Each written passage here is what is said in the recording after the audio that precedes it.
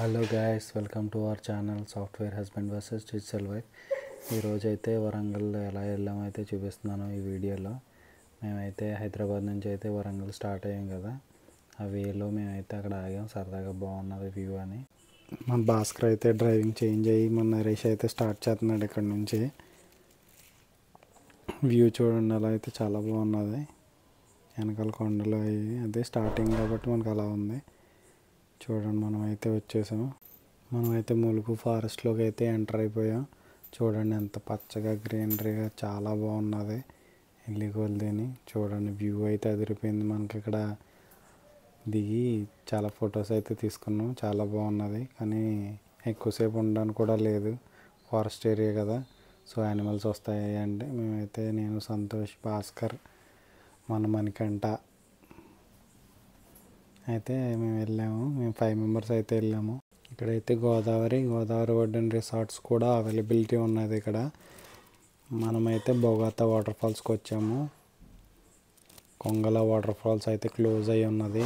చాలా యాక్సిడెంట్స్ అవుతున్నాయి, చాలామంది చనిపోయారని మొత్తం రిస్ట్రిక్ట్ చేశారు. సో మనమైతే ఇంకా తప్పలేదని బొగాతాకి వచ్చాము.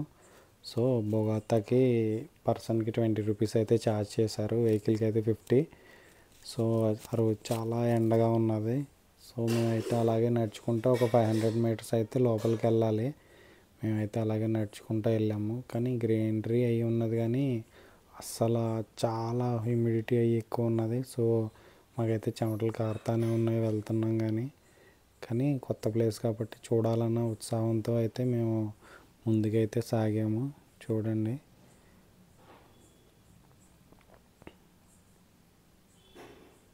అండ్ ఇదిగో మన గ్యాంగ్. మేమైతే 5 మెంబర్స్ అయితే వెళ్ళాము.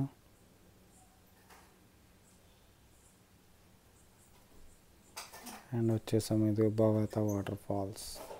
ఈ పక్కన అయితే స్నానం చేయడానికి అయితే ఏరియా అయితే ఉన్నది. అండ్ మనకు వాటర్ ఫాల్స్ వచ్చేసి కనిపిస్తుంది కదా. ఆ రోజు ఎండకైతే చాలా బీభత్సంగా ఉన్నది.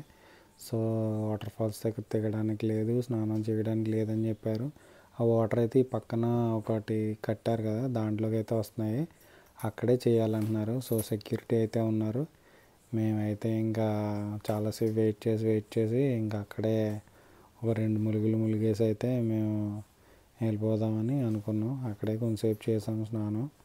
సో ఇక్కడైతే దిగడానికి లేదు, ఓన్లీ సమ్మర్ సీజన్లో అయితే ఇక్కడ తక్కువ వాటర్ ఉంటుంది కాబట్టి ఇక్కడ చేయడానికి అయితే అలౌ చేస్తారంట.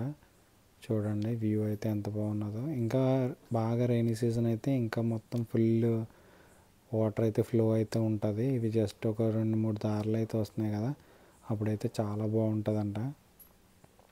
మాకు ఎండలో అయితే నేనైతే నైట్ ప్యాంట్ వేసుకుని వచ్చేసాను, స్నానం చేసేద్దామని ప్రిపేర్ అయిపోయాను. కానీ ఏమీ లేదు. ఇంకా అలా ఏదో సెల్ఫీ వీడియో తీసుకున్నాను ఇంక వచ్చిన పాపానికి. అలా పైకి అయితే వెళ్తే గుడి అయితే ఉన్నది పైన. నేను మనీ అయితే వెళ్ళాం పైకి. చూడండి, ఆంజనేయ స్వామి అండ్ తుర్కమ్మ తల్లి అయితే ఉన్నది ఇక్కడ. మేమైతే దర్శనం చేసేసుకొని సో ఇలా అయితే కిందకి దిగిపోతున్నాం. ఇక్కడ నుంచి పైనుంచి వ్యూ అయితే చూపిస్తున్నాను చూడండి. ఆ వాటర్ అయితే ఎలా పడుతుందో పైన అయితే ఇంకా బాగున్నది. అండ్ ఇంకా అలా అయితే మేమైతే చాలాసేపు చూసి ఇంకా వాళ్ళు అడిగాము చాలాసేపు. వాళ్ళైతే స్నానం చేయడానికి అయ్యి ఇక్కడ దిగడానికి అసలు కుదరదనే చెప్పారు, ససేమేర.